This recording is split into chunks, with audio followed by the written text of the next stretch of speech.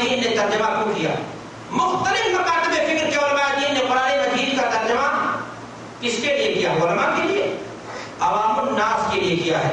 بیعت لی جائے کہ انسان اپنے 24 گھنٹے کی مشغولیت میں سے وہ ٹی وی دیکھنے کے لیے وقت نکال لیتا ہے، وہ چائے پینے کے لیے وقت نکال لیتا ہے، وہ چہل قدمی کے لیے وقت نکال لیتا ہے.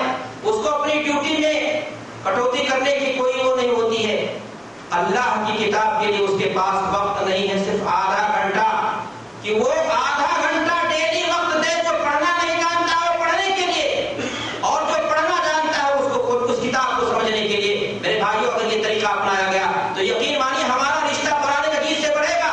اور جب ہمارا رشتہ قرآن مجید سے بڑھے گا تو ہم ادھر ادھر بھٹکی ہوئی کتابوں میں لگانے کے بجائے اپنے اوقات کو اللہ کی کتاب میں لگائیں گے، اور ہمارے درمیان سے اختلافات دور ہونے لگیں گے. قرآن مجید نے اختلاف کے بارے میں کئی مقام پر فرمایا ہے کہ امت مسلمہ کے درمیان جو اختلافات پیدا ہوتے ہیں وہ آپس کی ضد کی بنیاد پر پیدا ہوتے ہیں. اللہ تبارک و تعالیٰ قرآن مجید کے اندر ارشاد فرماتا ہے کان الناس امۃ واحدہ فبعث اللہ النبیین مبشرین ومنذرین وانزل معهم الکتاب بالحق لیحکم بین الناس فیما اختلفوا فیہ وما اختلف الا الذين اوتوه من بعد ما جاءتهم البينات بغيا بينهم. ابتدا میں سب لوگ ایک امت تھے، اختلافات رونما ہوئے، اللہ نے بشیر و نذیر نبی بھیجے، ان کے ساتھ کتاب برحق نازل فرمائی تاکہ ان کے اختلافات کا خاتمہ کر دے. لیکن لوگوں نے آپس کی ضد کی بنیاد پر کیا کیا؟ اختلاف پیدا کر دیا. آج ہمارے درمیان بھی مسلکی اختلاف، مذہبی اختلاف، وہ آپس کی ضد کی بنیاد پر. میرے بھائی، دلیل کی بنیاد پر نہیں. یہود و نصارہ کے بھی اختلاف کی وجہ دلائل نہیں تھے بلکہ ضد تھے. قرآن نے متعدد مواقع پر اس امر کی نشاندہی کی ہے. اللہ تبارک و تعالیٰ ایک اور جگہ فرماتا ہے تفرقہ کی زندگی کو شرک قرار دیتے ہوئے کہ من الذین فرقوا دینہم وکانوا شیعا کل حزب بما لدیہم فرحون. کہ اے لوگوں، تم مشرکین میں سے مت ہو جاؤ جنہوں نے اپنے دین کے ٹکڑے ٹکڑے کر دیے، اور ہر آدمی جو اس کے پاس تھا اسی پر نازا. جو اپنے پاس ہے اس کو 100% صحیح اور دوسرے کو 100% گمراہ سمجھتا ہے. میرے بھائیوں اور دوستوں، تعصب اور تنگ نظری کی بنیاد پر جو یہ ماحول پیدا ہوتا ہے، یہ ماحول بہت خراب ہوتا ہے. اللہ تبارک و تعالیٰ نے امت مسلمہ کو اتحاد و اتفاق کا درس دیا ہے. اللہ فرماتا ہے واعتصموا بحبل اللہ جميعا ولا تفرقوا. کہ اے لوگوں، اللہ کی رسی کو مضبوطی کے ساتھ پکڑ لو اور اختلاف نہ کرو. اللہ کی رسی کیا ہے؟ حضرت ابو سعید خدری رضی اللہ تعالیٰ عنہ فرماتے ہیں القرآن هو حبل اللہ. قرآن اللہ کی رسی ہے. قرآن کو جب پکڑ لو گے میرے بھائی مضبوطی کے ساتھ، اس کے مطابق اپنی زندگی کو گزارو گے تو قرآن تمہیں رہنمائی کرتا ہے فَإِن تَنَازَعْتُمْ فِي شَيْءٍ فَرُدُّوهُ إِلَى اللَّهِ وَالرَّسُولِ. کہ اگر کسی معاملے میں تمہارے درمیان اختلاف پیدا ہو جائے تو اس کو اللہ اور اس کے رسول کی طرف کیا کرو؟ پلٹا دو. معلوم یہ ہوا کہ اتحاد قائم ہونے کے لیے اس قرآن مجید نے دو اہم بنیاد بتائی ہے. ان دونوں چیزوں کے ذریعے سے ہمارے درمیان اتحاد پیدا ہو جائے گا اور وہ اتحاد باقی بھی رہے گا. اور اگر ان چیزوں سے ہٹ کر کے ہم نے اتحاد پیدا کرنے کی کوشش کی تو اتحاد بھلے ہو جائے لیکن وہ اتحاد دیر پا نہیں ہوگا. وہ کون سی چیزیں ہیں جن پر اتحاد قائم ہوگا؟ وہ اللہ کی کتاب ہے اور اللہ کے رسول صلی اللہ علیہ وسلم کی سنت ہے. میرے بھائی، آپ بتائیے دنیاوی معاملات کے اندر دو آدمی اگر کسی مسئلے میں جھگڑا کر لیں، کوئی سنجیدہ آدمی آ کر کے ان کو سمجھائے گا، کہے گا کہ ایسا کرتے ہیں آپ دونوں آدمی صلح کر لیجیے اپنا. شروع میں جب اختلاف ہوگا تو وہ کہے گا قطعاً ایسا نہیں ہو سکتا، جب تک اس کو میں برباد نہیں کر دوں گا تب تک میں سانس نہیں لوں گا. دوسرے کے پاس جائیے، وہی یہی کہے گا کہ قطعاً نہیں، تباہی اس کی اپنی آنکھوں سے میں دیکھوں گا. جب لڑتے لڑتے تباہ ہو جاتے ہیں پھر کوئی جا کر کے سمجھاتا ہے تو بالآخر نتیجہ وہی ہوتا ہے کہ صلح پر آمادہ ہوتے ہیں. دنیاوی زندگی کی مثال میرے بھائی، صلح کہاں کرنے کے لیے جاؤ گے؟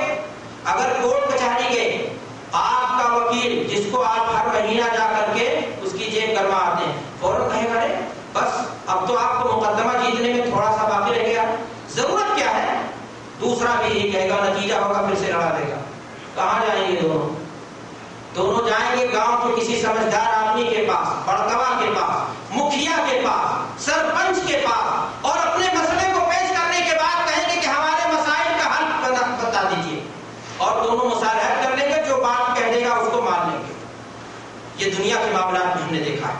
میرے بھائیوں، کیا کبھی آپ نے سوچا، کبھی آپ نے غور کیا، کبھی ذہن پر دباؤ ڈالا کہ دین کے معاملے میں بھی اگر اختلاف پیدا ہو جائے تو اختلاف پیدا ہونے کے بعد کہاں جا کر کے اپنے مسائل کا ہم حل کر سکتے ہیں؟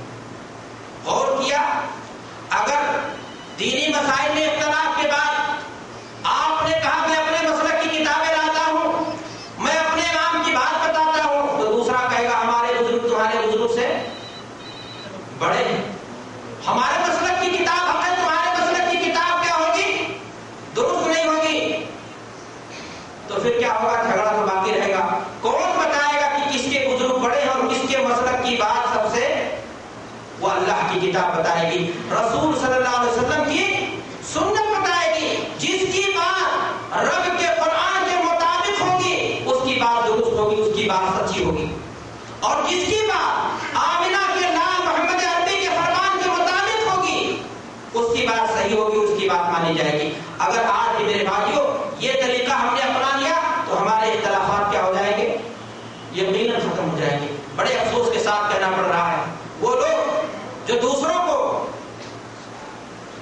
باقاعدہ کھلے لفظوں میں کہتے ہیں کہ یہ لوگ انتشار کی بات کرتے ہیں، امت میں تفرقے کی بات کرتے ہیں، ان کا معاملہ یہ ہے کہ اگر ان کے پاس کوئی چلا جائے اور کسی مسئلے میں کوئی اختلاف کی بات کرتے ہیں اختلاف سے ہماری کوئی بحث نہیں، ہم اختلاف میں نہیں پڑتے، لیکن وہ اپنے مسلک کے مطابق اتنے اختلافی ہے کہ اس سلسلے میں ایک بات ماننے کے لیے بھی روانہ، ایک بات ماننے کے لیے بھی تیار نہیں. گویا میرے بھائیوں مسلک کو ہم نے اللہ کی کتاب سے اور اللہ کے رسول صلی اللہ علیہ وسلم سے اونچا کر دیا.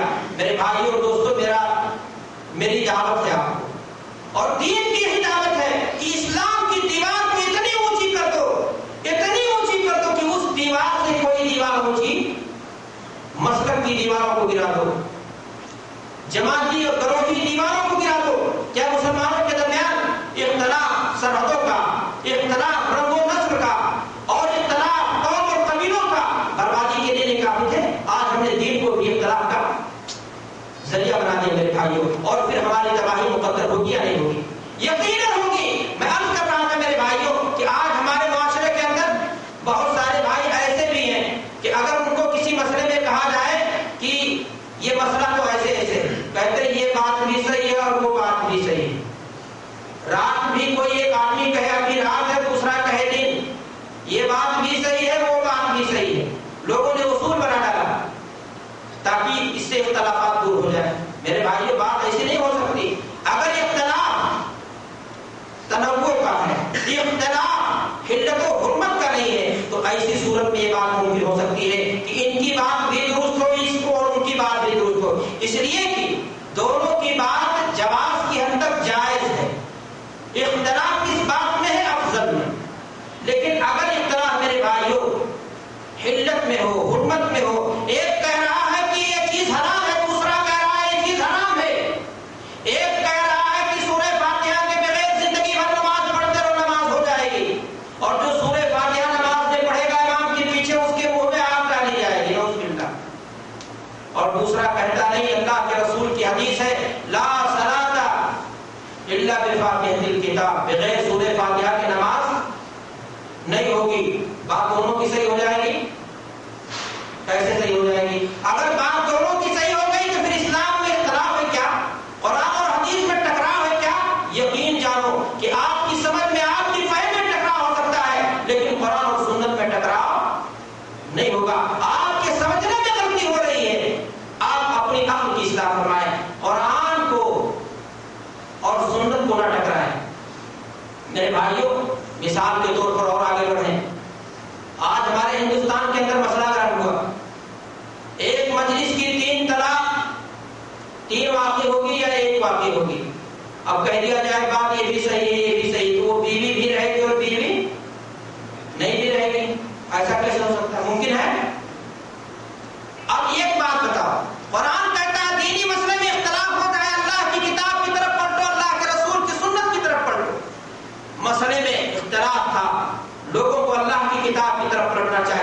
لیکن اڑیسہ میں معاملہ پیش آیا، کسی آدمی نے اپنی بیوی کو شراب پی کر کے طلاق دے دیا، ایک مجلس میں 3، بعد میں وہ نادم ہوا، اپنی بیوی کو رکھنا چاہتا ہے کہ شکل بیوی، لوگ سڑکوں پر اتر آئے، کیا کس بات کے لیے کہ نہیں 3 کو 3 نافذ کیا جائے، اس سے اس کو الگ کیا جائے۔